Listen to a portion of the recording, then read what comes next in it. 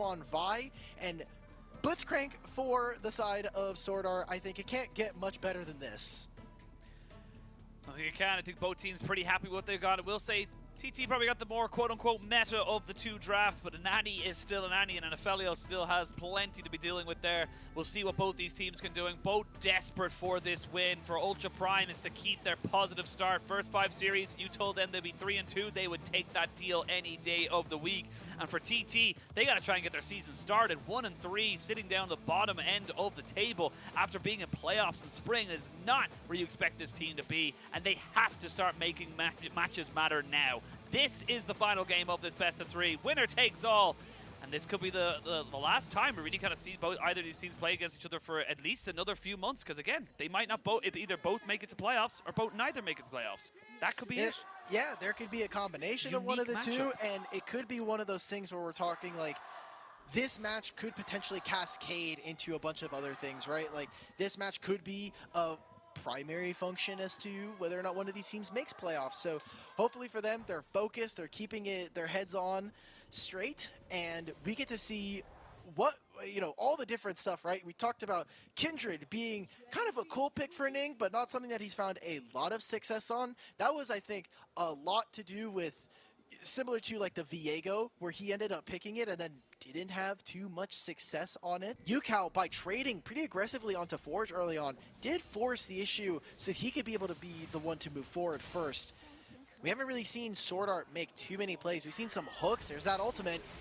Yep, they're going to throw it in. A great combination of CC comboing up, and then, yeah, Forge recognizing he was dead, not going to burn the flash, and that is first blood of TT, using that powerful mid-jungle combination. I think we have a moment here to kind of chill for a second as Forge does force the ultimate out of Yucal at the end of it all, so it ends up being kind of an equal trade. Does Ning actually have any stacks? I don't believe he does. No. He's still doing well for himself in the farming department, but I don't think he's actually got anything else now. Yucal, oh, that was a lovely flash. That was fantastic from Sword Art. He wants this victory, and that was gorgeous. Oh my lord, the prediction. Maybe getting a little antsy, maybe feeling that sweat down their back like, we are in a tough position here. They're going to try to Death Rush, try to find a pick. Sword Art is going to walk straight into Fog of War. Yeah, and he's almost certainly going to die. I say that, though. There is a Lamb's Respite to kind of keep him fairly well and popped up right now. There's a good hook, and Sword Art thinks that you have caught me. I have caught you. All the Spirit Brushes have been used, but yeah, this is just great. Look at Ning. You can see him. As soon he's almost gotten the recall off, and then immediately recognizes, no, I can help out my support. Oh, and I love the fact that Ning tries to save the ultimate till very last second, tries to get as much out of it as possible, giving that kill over to Doggo, continues that win condition. We saw picks. Oh, they got the flash out of Yao Yao, which means he's not going to have it for this one here. They're going to try and maybe go for a bit of a flip. Not going to be able to flip it. There's going to be a TP in, but a TP confirmed as well by the side of Harry, who's looking to try and maybe make this fight work. They're not quite done. The health bars are a little bit lower on the side of TT.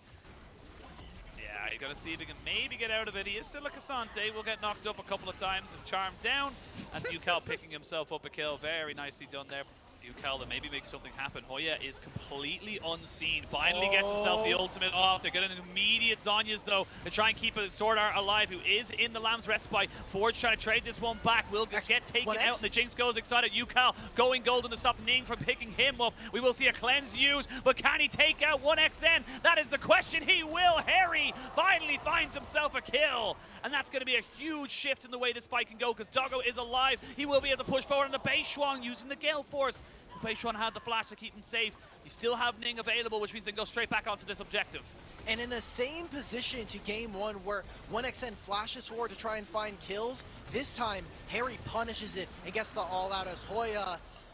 Yeah, you're in no man's land. He does have a lot of damage, but he's not able to pick anybody off at the end of it all. That's going to be another kill for Ultra Prime. Yucal TP'd into the bottom, and this has been, honestly, such an off performance from you. Performances, their series are a mixed bag of results, ultimately ending up in 1-3. If you take a look at this replay, it starts off with an okay start to the fight. Rakan gets a free engage into the backline. This Kindred ult, we have to get away from this as Forge is caught. Yep, Forge is caught and Forge is dead. Didn't have flash, but there is a fantastic little pick back. One hook is all it takes. Falling in love with Ultra Prime.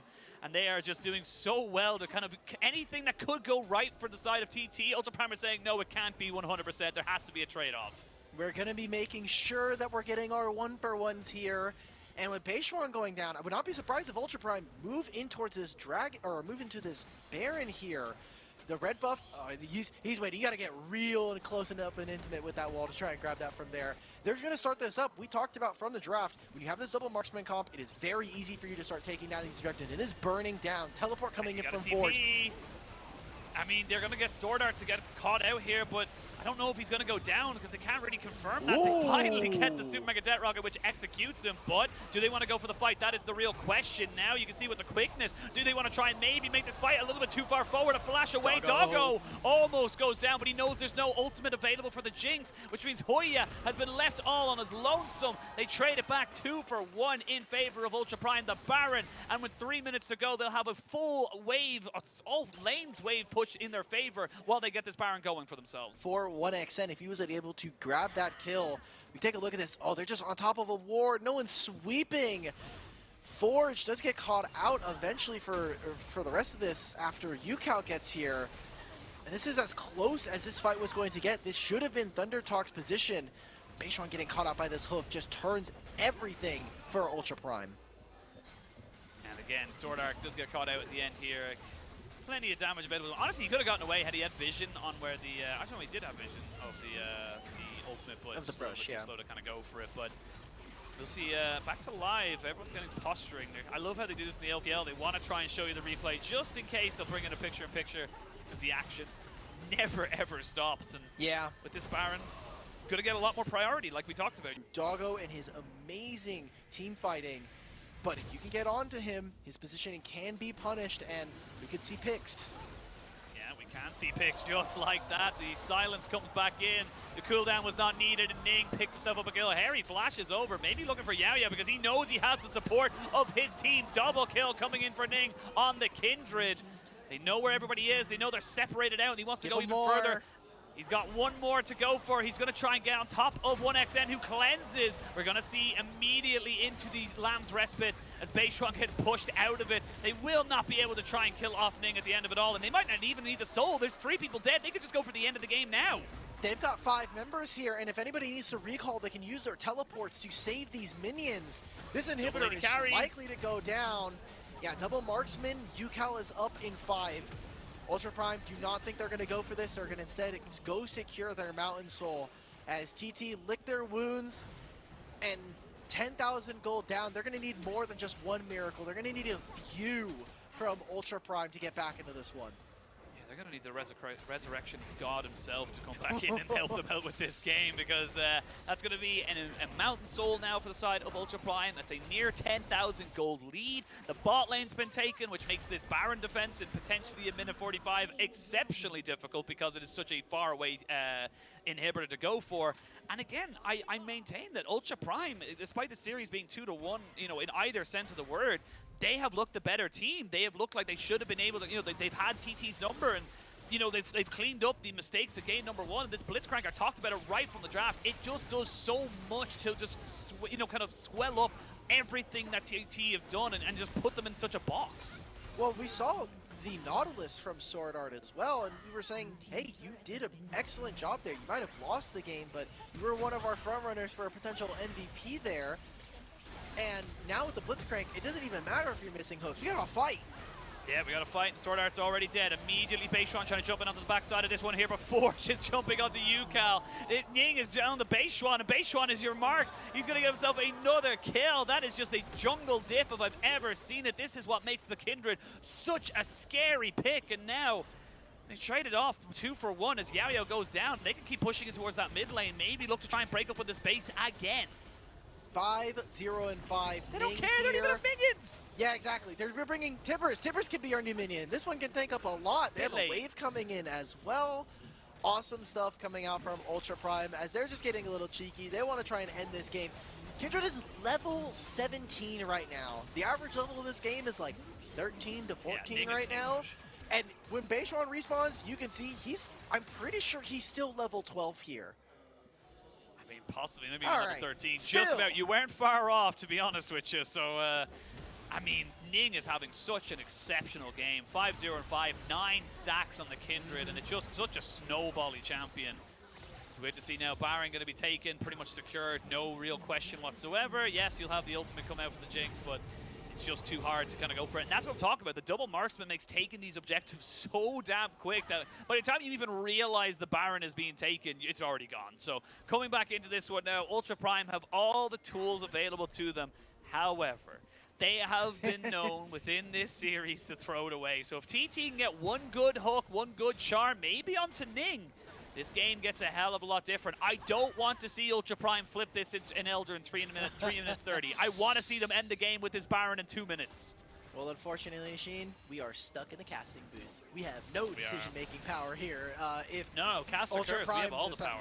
Ah, true. Very true That's here. how it All it takes is one pick, like you were saying, on either side. If Ultra Prime can find a kill, this should just lead them to, for sure, end the game in the next few minutes. For Thunder Talk, if they're able to grab something that will alleviate the pressure on this map, observers are showcasing that ward right there, potentially for a flank teleport. They're all inning on the Harry, and Harry is not taking damage underneath that tower. Eventually will end up having to go back. Hoya loses himself his flash. This is the problem. You've got super minions in bot, super minions in mid. You're now going to have super minions in top. It feels like Ultra Prime are just ticking all the boxes, dotting their I's and crossing their T's as they look to pick up their 3rd series win in the LPL Summer split. And I don't know who's going to be able to stop them. All these waves crashing at the same time. This mid wave is coming in, this bottom wave is coming in. Thunder Talk, it is now or never. You have to do something here. They're gonna go for it, but the Gragas is already dead. Yao Yao now to follow as well. The Jinx is gone, and that's really your late game carry. Doggo waiting for UCal to come back up so we can maybe kill him off. Just like that, it's a full ace for none. Ultra Prime take the series 2-1, and they equal their spring record of 3 wins, and we're not even all the way to week 3. Oh man, well, it's a good look for Ultra Prime, especially for Ning, who was on a pretty big hiatus going, taking some time off, just doing a little bit more streaming, but now coming back into competitive, playing a lot more here with Ultra Prime. Really exciting stuff to see as we get further into this year. He's shaping up to this entire Ultra Prime team. Seems like they're starting to scale as the year goes on, but again, they are going up against Thunder Talk, someone who is close to them in the standings, and they still have to go through the rest of this week as well as the rest of the schedule here for LPL.